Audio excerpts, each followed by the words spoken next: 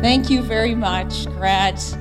You guys stuck it out and waited all day long to get here. I'm so pleased. Congratulations to you guys for having a really long day and sticking around for me today. So it's wonderful. I am very excited to be part of the Saskatchewan Summit, as I said this morning in my Ignite speech. I can't imagine how much you are on information overload right now. Are you? Have you got like more ideas floating around your head than you've ever had? Because I know I was here this morning and I listened to Louis Zaccarilla, and I came home and I went, oh gosh, there's so many great ideas. And that was just one of your speakers. So I can only imagine how you're feeling right now. So I'm wondering if you felt the same way as I did about Louis, that he was so connected and figured out Saskatchewan, and I was really buying everything he said until he got to that point where he said there's no such thing as the middle of nowhere anymore. And I just want you to know, Grant, next time that he's in town, I'd like to take him to the middle of nowhere. Don't we all know places in Saskatchewan where he could not get any connection to the internet or a satellite, and that would be pretty funny. So anyway, wouldn't it be great if we all showed up at Louis' conference in June? So I thought that might be one of our first Facebook kind of things that we could do, is like, who's going to Louis' conference? Who said he was going to waive the conference fee for anybody that goes? So let's get the whole conference to go. That would be really great fun. So today I am honored to close your conference, and I know it's a tough spot, but I've been asked to talk a little bit about collaboration, and to me, that is all about team. And I happen to know a little bit about that subject. And so today, I'm going to give you the Reader's Digest version of what I feel is important in teamwork and collaboration. What you have been doing in this summit is trying to make a Team Sask, and I certainly know what that feels like too.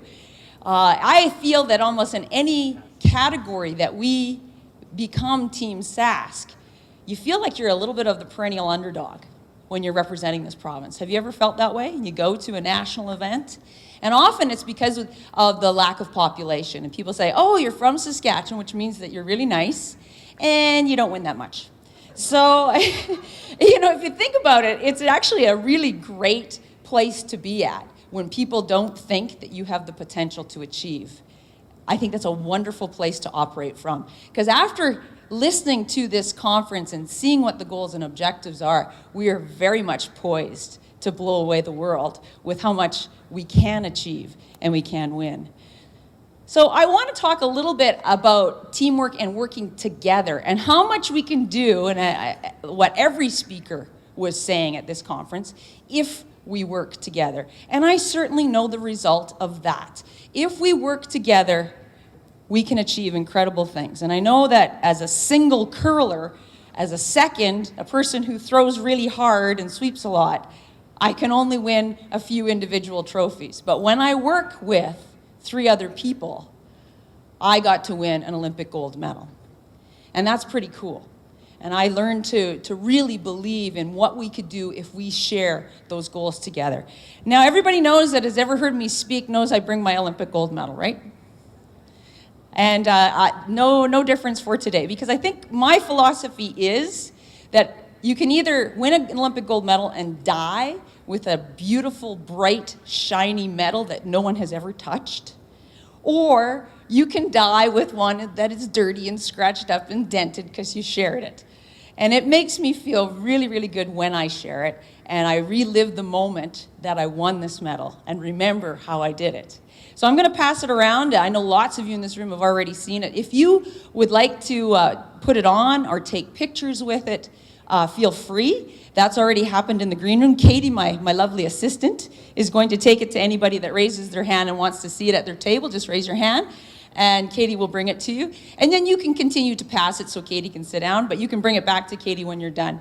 So my advice to you and the other speakers that were in the green room that tried on my medal and took their picture of it, I have to warn you that you really should figure out, before you blow that picture up and frame it and put it in your living room, you should figure out what sport you won your medal in. Before you bring over the family and friends and say, hell yeah, that's just me and my gold medal. And I would like to make a suggestion to you, if you do that, I'd like to suggest that you tell people that you won your medal in the sport of luge, which would make you a loser. That's who it would make you. Wah, wah. You guys are tired. Oh, goodness. So anyway, have fun with that. That's kind of my little gift for you that have stayed. Okay, so obviously my life has been changed by becoming an Olympian. And as you've noticed, there's 5 Olympic rings. And what I've done is taken my ideas on what are the principles of teamwork and put them onto the 5 Olympic rings. Now, it's pretty brilliant, isn't it? It's a great idea. It's not mine.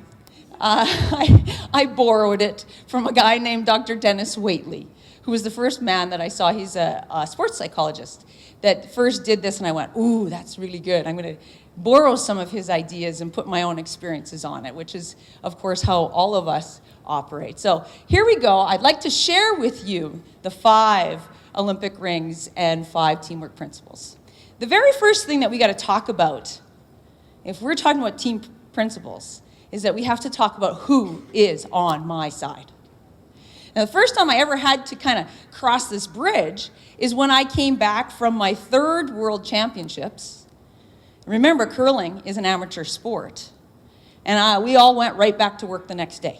So we flew home from Bern, Switzerland, and I'm right back in front of my students as a teacher, grade 7, 8. And those kids felt like that they were on one team and I was on the other, and I was fighting against them. And I had no sense that we were on the same side. And I thought to myself, how could I be a world champion team sport player and feel like a complete individual loser at work? And what I realized was that I was not applying the same principles I would from sport into my work. And I came up with this definition of that team are all the people that are working towards the same goal as you. Now, in sport, that's kind of easy because they're all the people with the same colored jersey. If we talk about Grant's team, they're all the people in the red shirts. Goes a little bit farther than that. We have to really think about who's working towards the same goal as you. So I really want to give some examples here of that. For example, how many people here in this room would like to lose 10 pounds? Yeah? Would you like to be on my team? Because I would like to lose 10 pounds too. All right. Well, the second part of that is team are the people working towards the same goal as you and willing to go to the same level of commitment and performance. So all those people that want to lose 10 pounds, are you willing to give up alcohol to do it? I'm out. I am absolutely out. And the same thing happens with almost every team that we define. And we say, well, everybody here is working towards the same goal, but I really don't want to work that hard. Or I don't really want to give up this or that. Or I don't really want to play that role. Well, then you're not on the team. And we really need to decide, are we on this team or not? And if you think about teams, they are everywhere. And they're not just on the sports field. They're in our families and marriages, community sport, work, classrooms. All those people that you say, hey, are we all trying to achieve this? They're on our team. And so you always have a choice. Get on the team or get off the team. I just came back curling. I stepped away for a couple of years because, of course, my 3 big bad kids were just too busy. And so I wanted to come back curling, and the number one reason I wanted to curl was to get out of the house and to have a beer. All right, those are my reasons. That's why I wanted to curl. But I went back to curl with my teammates, my former teammates, who want to win. And they want to win a provincials again. Am I on the right team with the same level? No, I'm not. It'll never work because of what our goals are different. So I always tell people, you have a choice. You can be here on this team, this work team, or you could be home vacuuming the bare spot on the rug. Your choice is yours. So either you get on the bus or you get off the bus. The very first principle of team is decide, are we all on the same side? Is this a goal I'm willing to commit to? And am I on the same level of commitment? It sounds simple, but actually there's a lot of people that need to align to the team goal. Very number one, the first Olympic ring. The second Olympic rings also sounds very simple, but it's very complicated. Now, you just got to figure out, what's your job? What are you responsible for? And then the second question on that one is, did you become an expert in your job description? If somebody asked you, tell me, what are you responsible for in this job? And you listed all those things. Are you the very best in all of those things that you just listed? And then the next challenge is, what happens when someone on your team is not doing their job? What do you do? How many people would do their job for them? That's me. Does it help? No, it doesn't, does it? How many people would just stay silent and go home and complain? That would be my husband. And anybody in IT that I've ever met. I'm not going to say anything at work, but this sure sucks. We got to talk a little bit about how a team sometimes is like a bomb squad.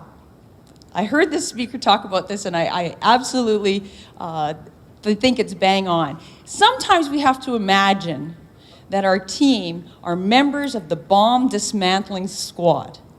And therefore, we're going to have to trust each other in our roles. So that if we didn't think somebody was doing their job one day, and that one person happened to be the wire cutter, and you decided to do their job for them, chances are we're all going to blow up. True? In the sport of curling, if a second starts to call the game, which is what the skip's job is to do, that team will explode. It happens. It's very simple, isn't it? But we do it all the time at work. In other work situations, that person's not working hard, so I'll do it for them. So a big part of what we need to do is trust in each other, that other people will become experts in their role, and that we will all continue to do our jobs towards our goal. It's a very basic concept, but you would be surprised how many people are outside of their job description, and where they're wondering why work isn't going so well. That is the second of the rings of teamwork. The third ring is what I think you've been working the most on in this conference, and it's about communication. Well, what is there to talk about? Well, you've already talked about how to communicate more effectively, and any good team that can communicate more is going to go places. But you have to be careful of the hierarchy, and that there's a forum for people to speak to each other, whether they are the decision makers or whether they're at the very basic input level. And it happens in every team. On every team, there's a hierarchy from top to bottom. Obviously, in a curling team, it's skip to lead. But in my family, it is a difference from the kids to me, because I am the boss of our family.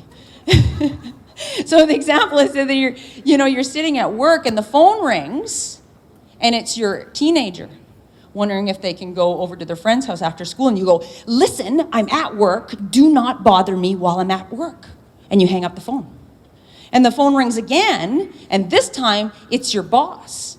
And you go, listen, I have all the time in the world for you. We listen better to the people that are above us in the hierarchy. We make more time, but that doesn't make a good team. Great teams create the forum to listen to everyone that's on that hierarchy, to give them the time to say, how are you doing?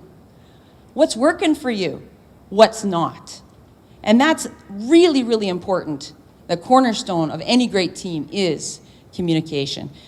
And we talk about collaboration. What are the things we want to talk about when we collaborate is very, very specifically.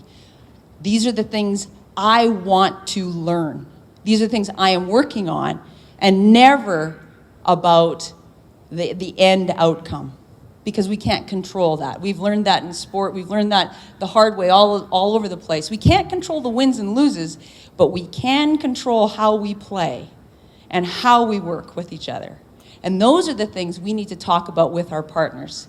And the last point on communication, on that whole ring, which is really, really huge, is that there is no such thing as a team that didn't have conflict or debate.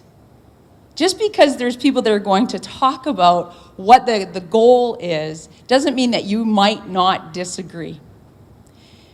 It's very, very important on great teams to progress through excellence if we learn that conflict is healthy. Conflict that is modeled and resolved and concluded. Those are things that we really need. I think we need that in Saskatchewan. I think there's certain organizations that are afraid to have those really, really delicate conversations or maybe heated conversations. But yet we know that's the road to excellence, is break it down first, realign, and recommit to team goals as soon as you tell people what you really, really feel. And it's a hard one. It's a very difficult one. So we've talked about defining the team, talked about role clarity, and this third one of the Olympic rings was about communication and collaboration. The fourth out of the 5 team goals is about helping others. You know, we come from generations and generations of Saskatchewan pioneers that had to reach out to each other, didn't they? We talk about our grandparents and great-grandparents that came out and had to build communities. They relied on other people. And to go to look for help, they helped that other person first. But what's happened over the course of time as we've become more independent and we've urbanized, we've distanced ourselves from some of that community. And some of those basic concepts of helping are still valid today in teamwork and collaboration. How do we help others be their best, and why? Well, if we're all equal parts, if we create excellence in those other silos, as Grant said, and those other groups around us, our natural performance will rise to meet that we've created around us. If we help other people pursue excellence, give them opportunities to do their job as well as they possibly can, you're going to feel that kind of obligation as well, creating excellence around you. And the second part is we need to start to ask, what do you need from me? Here's my story. After Sandra died, we continued to curl. And it wasn't as easy as it was before. Everybody had to relearn their roles. And we had a coach come in and say, I want everybody to say, what do they need from the team in times of stress? Well, times of stress when you're curling is obviously when you're playing bad, when you're missing all your shots. And she said, who wants to go first? And so, of course, Joan, the over-communicator, says, yeah, me, let me go first. And the coach says, Joan, what do you need when you're stressed? And I said, well, I need someone to talk to me. It doesn't have to be about the shot I just missed. Just talk to me about anything, maybe even like the cute guy in the second row. But I just need to break that loop that's in my head, and that loop is, you suck, you suck. You suck. You just missed your shot. You're going to miss the next one. I just need somebody to break that loop. So just talk to me. So the coach says, okay. She writes it down. Joan needs talk. She says to the team, girls, can you give Joan talk? They all go, yeah, can give her talk. Okay, good. Everybody's good. She goes, who wants to go next? And then my longtime front ender, lead on the team, a girl that I have shared room with, shared team responsibilities with for a dozen years, says, I'll go next. It was Marcy. I'll go next. Coach says, Marcy, what do you need in times of stress? And she says, well, Coach, I need to get away from Joan. And everybody laughed, and I laughed too, and then I went, wait a minute, are you serious? And she goes, oh yeah, when I miss a shot and I see you coming down the ice, I cross the hog line to stand on the other side. Why? So that I wouldn't talk to her. I think I was doing what most people do, and it's called empathy. We give other people what we would want if we were in the same situation. But did I bother to ask just one time in those 12 years, is that what you want? Will that make you better?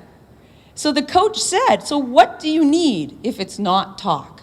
And she said, actually, I just need a couple minutes to blow the steam out of my ears. I just need to go make my next shot, and I don't want to talk about it.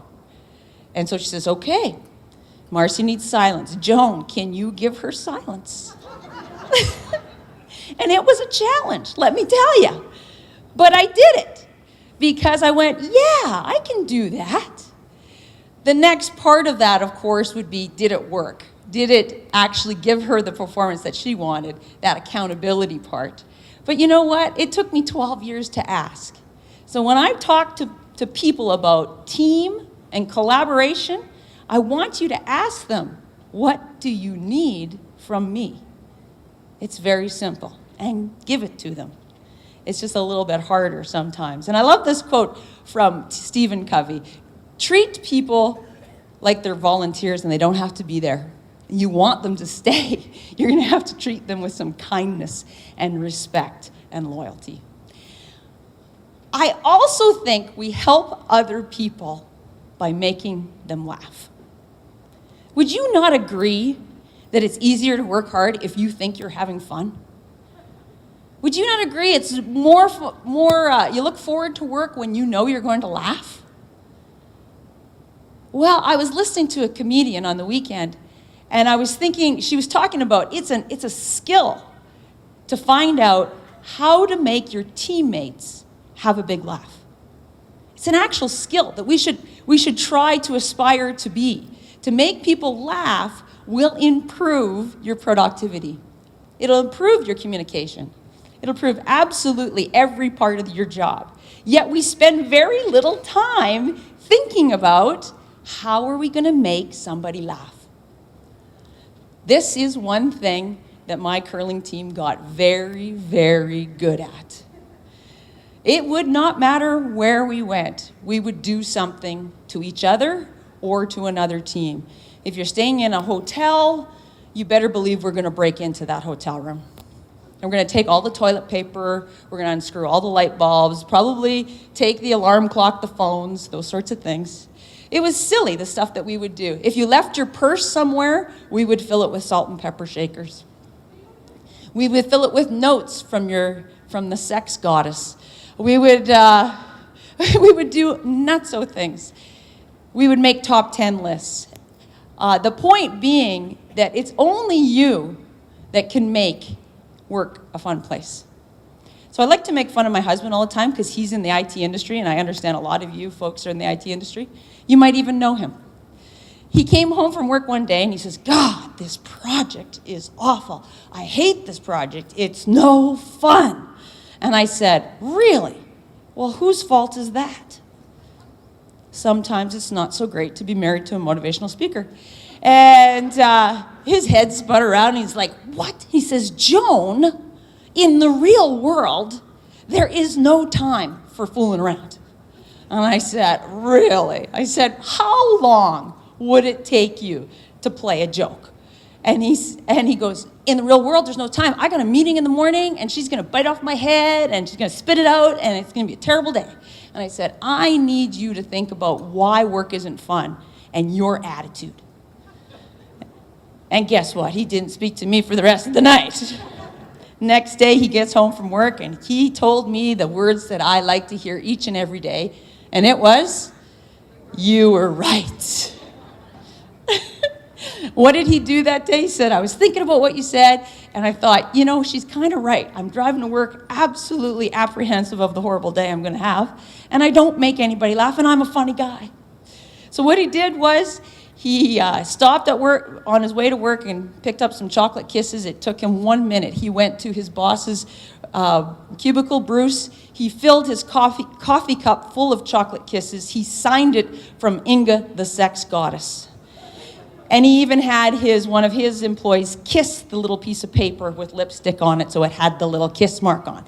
From Inga, the sex goddess, well, Bruce came into work, and he looked for Inga all day long. Because he's an IT guy. He thought he had a chance with Inga, the sex goddess. So he had his little piece of paper. He had people, doing the sample kissing on. It was hilarious. Yeah, and it took a minute. And I think making people laugh is a skill that each of us in Saskatchewan can work on, and it would make our work as collaborators and teamwork people much, much easier. My final ring and final characteristic of teamwork and collaboration is a positive attitude. Now, there's lots of people out there that think attitude is not something that you choose. They think that you're born with it, that it's part of your genetic makeup. And they'll give me all this stuff about, oh, my grandfather was angry. My father was angry. I'm just an angry person. It's not really my fault. Do you know those people? Yeah. And they say crazy stuff. There's other people that say, oh, I'm not a morning person. I'm allergic to mornings. My mother was not a morning person. I can't help it. It's just my biorhythms or something. I can't make a 7:30 meeting. Really? Is that right? Can you tell how I feel about this? I believe that attitude is actually one of the very few things you get to choose today. And that if you didn't like who you were yesterday, you get to be somebody else tomorrow. You don't get to choose the weather or the stock markets or control over many, many things, but you get to choose who you're going to smile at in the morning, how much energy you're going to put out, whether you're going to talk to your spouse or your kids, if you're going to open a door for somebody, whether you're going to say, good morning, good try, way to go. Attitude is really one of the most important decisions and only decisions you control each and every day. So when I talk about a positive attitude, I really, really want to define what it is by telling you what it isn't. Okay? So when I was a teacher, I'd work with parents and I'd say, you know, Jocelyn's just negative, and it would be great if she could get more positive, but I would never define what it is. And from sport, I have figured it out. Okay? So here's what a positive attitude isn't. Here's a negative attitude. People that are negative live in one or two places. They live either too far in the past or too far in the future. The people that are living in the past are angry. They're regretful. I'm related to quite a few of those people. Okay, so they're the people that will say things like, oh, I should have bought that piece of land 10 years ago. I should have planted canola. I should have bought the cabin 15 years ago before the prices went up. I should have never married that guy. That's just me. But anyway, they've made some decisions that they can't get over. And they're living back there and they're really mad and regretful. They're negative. The other group of negative people are the people that live too far in the future. And you know some of those too. These are people that can't make any decisions because they're anxious and fearful. What if I plant canola and the prices tank? What if I buy that house and then the house prices go down? What if I marry that guy and he turns out to be a dud? Well, join the club. They're so afraid of all these things that they can't control, that they can't make any decisions. So obviously, by elimination, negative people live that are people that live in the past or in the future. So positive people are the people that live right now. You can learn from the past. We don't want to make the same mistakes. We can be mindful of the future. We certainly want to leave a legacy for our kids and such. But we want to live right now and take care of how we act right now, our attitudes, how we perform right now, how we communicate and work with other people. That is a positive attitude because we can change that each and every day to become better and more effective. So you have a choice. Positive attitude may not solve all your problems, but it'll annoy enough people to make it worth the effort. And one day you'll have to ask me about faking it because that was my mother's rule. Oh well, put a smile on your face, girlfriend. The very last idea I want to plant in your head is something I call mental toughness. We can choose a positive attitude. But how do we stay there when things don't go the way we plan it? That's a little something that we call mental toughness. And what do we do about it? We have to realize the role of emotion in the way that we act, perform, work with other people, and make decisions. And we have to understand that some of those emotions are very negative, and they don't help us stay in the moment and recover. It's my How's That Working for You, Dr. Phil. Pre-planned solutions to prevent potential problems. I think maybe that's one of the messages that I've got out of this conference, is the creative problem solving with the number of intelligent people that we have living in this province. To review, building successful teams and collaboration is all about defining teams, defining roles, learning to communicate and communicate more, helping others, and I'll say using that tool of laughter, and finally, choosing a positive attitude, especially when we find ourselves slipping through negative experiences or things happening that are out of our control. I want to thank you for hanging with me right till the very end today and being with me. And I've closed with this story an awful lot of times. It'll be my last story. So people always say, why the effort, right? Why would I put all this effort into trying to build a team? For what? What am I going to get out of it? And I always use the example of coming home from our third World Championship. That World Championship, we're amateur sport, we get no money, not 1 red cent. But my students didn't know that. And I came back and they said, Mrs. McCusker, what did you win for winning the World Curling Championships? Did you win diamonds and jewelry like you do at the Scotties Tournament of Hearts? And it's true, at the Canadians, we get necklaces and rings and diamonds that would put your husband to shame. And this was Worlds, and there were no diamonds and jewelry. And I said, no diamonds this year. And they said, well, did you win money like you do sometimes at Bonspiels? And I said, nope, no money. And they said, well, did you win a big prize, like a TV or a car? And I said, no big prize. And they said, well, what did you win? And I showed them the lovely and coveted prize for a World Women's Curling Championship, the engraved pickle tray, the silver pickle tray engraved with the World Women's Curling Championship. And if you have children, you now have a shiny new Frisbee in your basement. And my students were horrified. They said, what? We got a sub for 2 weeks for that? Mrs. McCusker, why would you do what you do for a pickle tray? Why would you leave your little kids at home? Why would you take off work without pay? Why would you practice every day for a pickle tray? And I told them about, the pull of amateur sport and all that jazz, and they didn't buy it. Not at all. So I found this quote, and I put it on the board, and it really is a quote to live by. It's by John Ruskin. It goes like this: the greatest reward for a person's toil is not what they get for it, but who they become by it. The greatest reward for your toil is not what you get for it, but who you become by it. I became a believer in goal setting, in teamwork, in collaboration. I became a champion, and that's priceless. For you and your effort in your lives, and I'm pretty sure you're not going to become rich or world famous or even the local sports celebrity.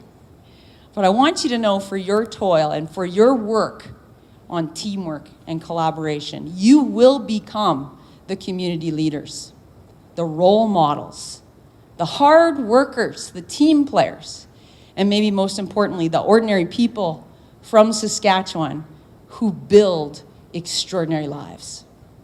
And those are the things in life that are priceless.